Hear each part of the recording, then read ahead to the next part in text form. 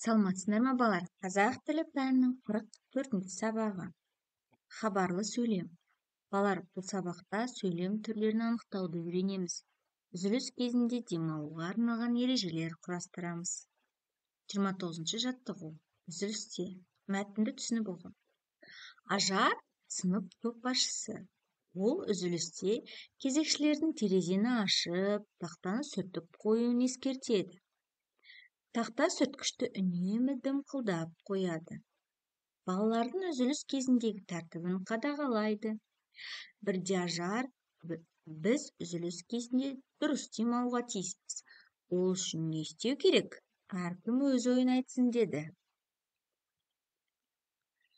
Балар, үзілісте не істейтіндеріңді бір-біріне айтыңдар. Үзілісте мен досыммен сөйлесемін, шахмат ойнаймын. Ал балар, үзіліс не үшін беріледі деп ойлайсыңдар? Дұрыс айтасыңдар, үзіліс демалу үшін беріледі екен, иә? Үзіліс кезінде демалуға арналған ережелер құрастырып көріңдер дейді.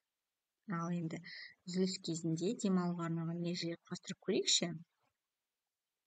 Сыныпта жүгірмейміз, айғайлап сөйлеспейміз, терезені ашып тақтаны сүртіп тазалап қояды екенбіз, иә балалар? 30-ші жаттығу. Сөйлемдерді көшіріп жаз. Үзіліс кезінде сыныпта жүгірмейді, айғайлап сөйлемейді. Әрдайым әдеп сақтау керек.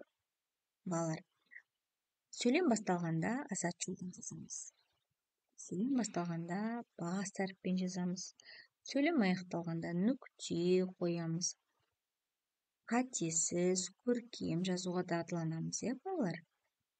Жарайсыңдар. Ережені жаттап аламыз. Бірдеңенің жайын хабарлау мақсатында айтылған сөйлемді хабарлы сөйлем дейді.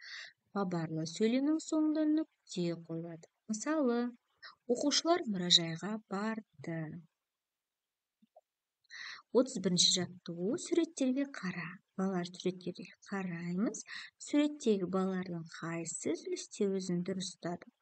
Қай оқушы өз тәртібін өзгерту керек деп ойлайсыңдар? Дұрыс айтасыңдар. 1-ші, 3-ші, 4-ші суреттегі балалар өзін дұрыс ұстады, иә? 2-ші, 5-ші, 6-ші суреттегі оқушылар өз тәртібін өзгерту керек екен балалар.